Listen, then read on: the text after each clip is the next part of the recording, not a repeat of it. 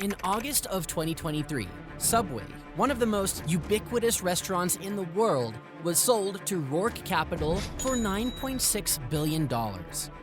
At the time of that deal, Subway had about 20,500 stores worldwide. Impressive, right? But actually, this number used to be much bigger. In 2015, Subway had 43,916 stores around the world, with 27,000 of those in the United States, even more than McDonald's and Starbucks. At that time, people can say that they were an everyday stop for many people in the US. You couldn't walk a block without seeing one. But then, things took a turn. In 2016, Subway began shutting down more stores than they were opening. And this trend kept up, with about 1,000 stores closing each year. And finally, the deal with Roark Capital marks the end of the old era of Subway after 60 years. So, the decline of Subway. What happened? I know what you might say. A sandwich that used to cost $5 is now $15. That's what happened. But trust me, there's a lot more going on. Stay tuned and I'll break down some surprising reasons behind Subway's decline that you've probably never thought of. And of course, there are some valuable lessons here for anyone thinking of starting up in the food industry. First, let's begin with how things started.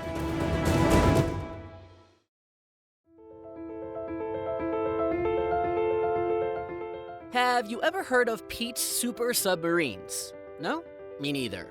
But actually, it's Subway and how it started.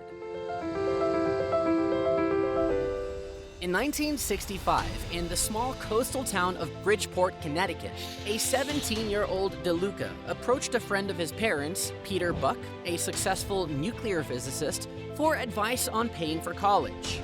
So they got to talking and came up with the idea of opening an Italian-style submarine sandwich shop that, according to Buck, provided a healthier, less fattening bill of fare.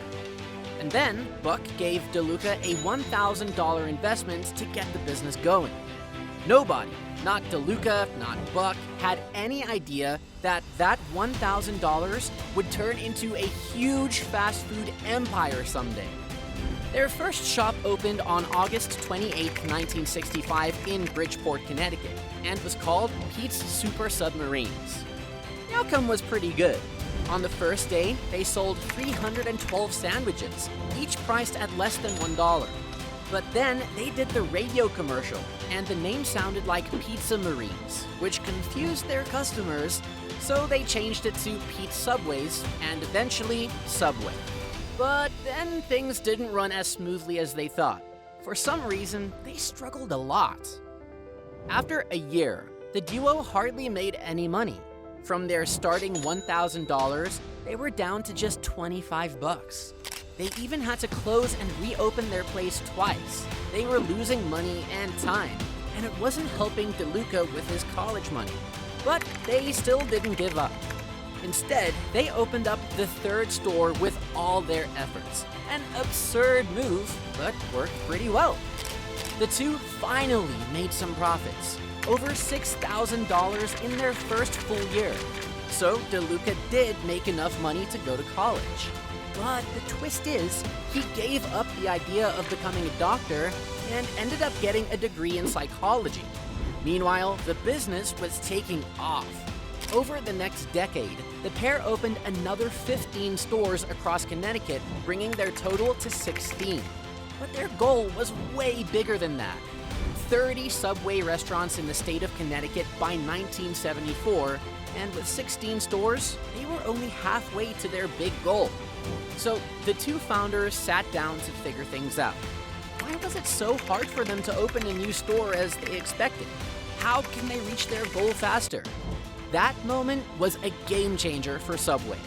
The founders realized that maintaining consistent quality across multiple stores was tough with their current approach. They looked at what others were doing and hit upon the solution of franchising, selling the rights to use the Subway brand, products, and know-how. And the result? This idea caught on really fast. By 1988, Subway had opened 2,000 sites across the country and started expanding to almost every country in the world, including Norway, Pakistan, Hong Kong, and even Sweden.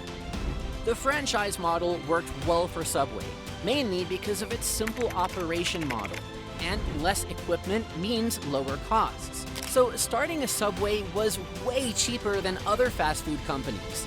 Today, it costs about $125,000 to $275,000 to open a Subway, much less than a McDonald's, which can cost between $1 to $2.2 million. But I think the time when Subway really took over the fast food game came in the late 90s and early 2000s. That's when Americans started focusing more on health and moving away from fried foods. Subway jumped on this trend and branded itself as a healthy fast food choice, boasting fresh, non-fried ingredients. Their smartest move? Jared Fogle, a college guy, said he lost 245 pounds by eating Subway twice a day. They quickly made him their spokesperson, and his story, especially the part where he shows off his old 60-inch pants, featured in about 300 of Subway's commercials over 16 years. Then, it's $5 footlong promotion. For just $5, one could purchase any footlong or 12-inch sandwich. This campaign landed right in the middle of a global recession when people began to tighten their spending. So we can say right place, right time, right people. It was a smash hit, and its jingle, $5 footlong, quickly became the company's calling card. Within a year, foot traffic skyrocketed across all franchise locations, and revenue from $5 footlongs alone topped $3.8 billion. In 2002, only 2 years after their first ads featuring Jared Fogle, Subway passed McDonald's and became the franchise with the highest number of restaurants worldwide. So I can say Subway's secret ingredients to success are its founder's ambitious plan and efficient franchise model, and its branding as a provider of healthy, affordable fast food. But as we all know, this wouldn't last. And from what I've found, it looks like the same factors that made Subway a big name are also the ones that led it to its downfall. So what does that mean?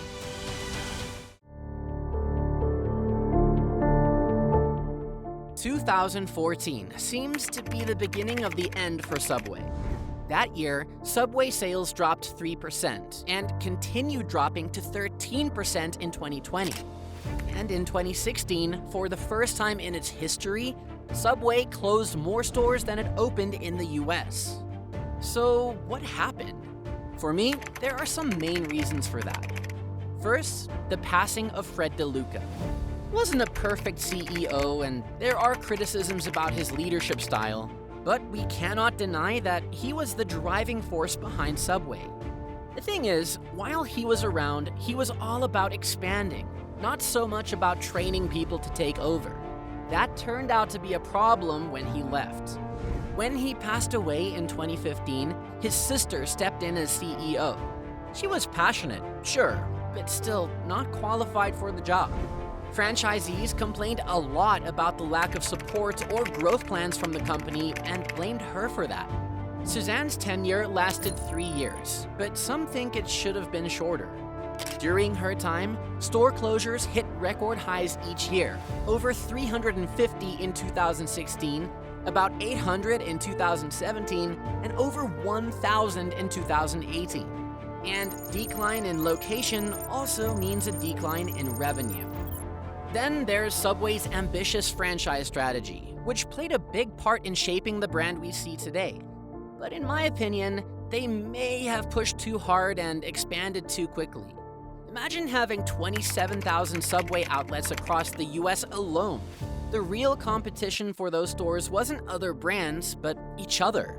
On top of that, many franchisees have complained about the lack of support from Subway's end. There's a bunch of criticism regarding Subway's management from the franchise owners, and I'll go into more detail later. My next point is about their healthy fast food image. The Eat Fresh slogan really put out a bold message about their commitment to freshness, but it turns out that might not be the entire truth. Customers aren't the only ones complaining that Subway isn't as fresh as it claims. Franchisees and employees have similar concerns. In a Business Insider interview, many Subway employees revealed that the vegetables in the stores are often far from fresh. For example, lots of the lettuce they received was often near expiry and was already turning brown despite being vacuum sealed. One owner even pointed out that Subway seems to prioritize profits over quality by sending them mushy vegetables. That's definitely what we call fresh. Things got worse in 2018 with a CBC Marketplace investigation that found out the chicken in Subway's chicken sandwiches was roughly half meat and half soy. Even though CEO Suzanne Greco said it wasn't true, people just didn't buy it, and many customers turned away from Subway after this. And one of the biggest scandals to hit Subway was with their former health image spokesperson, Jared Fogle. Honestly, it's pretty upsetting even to mention his name. He ended up getting a 15-year prison sentence for crimes involving minors. I'm not gonna get into the details. Partly because I don't want to, and partly because talking about it could get this video restricted on YouTube. But long story short, after all that came out, Jared Fogle's image as an inspiration just completely shattered. Subway doesn't really talk about it much, but it's pretty clear that their reputation took a huge hit because of the whole thing. Then last but not least, their food isn't just not that fresh, it's also pretty expensive for what you get. I mean, if I'm dropping $15 on a sandwich, I'd rather go to a fancy deli and get something that's actually tasty. And remember Subway's famous $5 footlong deal? Well, things got pretty absurd. Back in 2013, a guy named Matt Corby in Perth, Australia, ordered what was supposed to be a 12-inch sub from Subway. But before eating it, he was like, hold up, is this really a foot long? So he measured it with a tape measure, and guess what? It was only 11 inches, not the 12 inches as advertised. Matt was so angry that he posted a photo on Subway Australia's Facebook page with a simple caption, "Subway, please respond." This simple caption led to a class action lawsuit for false advertising, costing Subway a $525,000 settlement and lots of bad press. And that's not the only ridiculous thing about the promotion. Remember how I mentioned franchise owners criticizing Subway? The $5 footlong promotion was a big part of it. In 2017, the deal returned as a $4.99 offer, and franchise owners were furious. They said the promotion was so cheap that it was impossible to turn a profit. The numbers spoke for themselves. Even the least expensive sandwich, like the turkey sub, barely broke even. So those are the main reasons I think Subway didn't do so well. But it's not complete, so I would love to hear your thoughts. And for anyone running a food and drink business, don't you think there are some lessons here? I sure do. Here's what I've got in mind.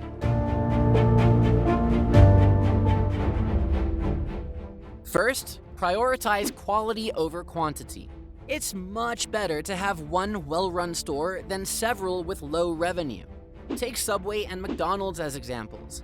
As I said earlier, Subway has more stores across the US than McDonald's. But when it comes to how much each store makes, Subway is way behind. An average Subway makes around $400,000, while a typical McDonald's rakes in a whopping $2.9 million. Then, if you're thinking about expanding or franchising, remember to maintain consistent quality across all locations. Also, treat your franchisees as partners, not just centers of profit. And for those who want to become a franchisee in the food and beverage industry, I think it's a bit risky right now. However, if you are set on it, make sure to do thorough research. Understand the market and the specific company, and ensure you have a detailed franchise agreement. Also, check out what kind of support and training you'll get, both in business and marketing.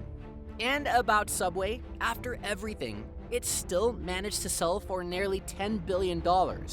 Consider how it started? That's pretty wild, right? This sale marks the end of Subway's time as a family-run business and the start of a new chapter. I bet there are tons of changes happening at Subway right now. If you've visited one recently, I'd love to hear about it in the comments. And that's all for today's episode on Subway. Thank you so much for tuning in, and I'll see you guys soon.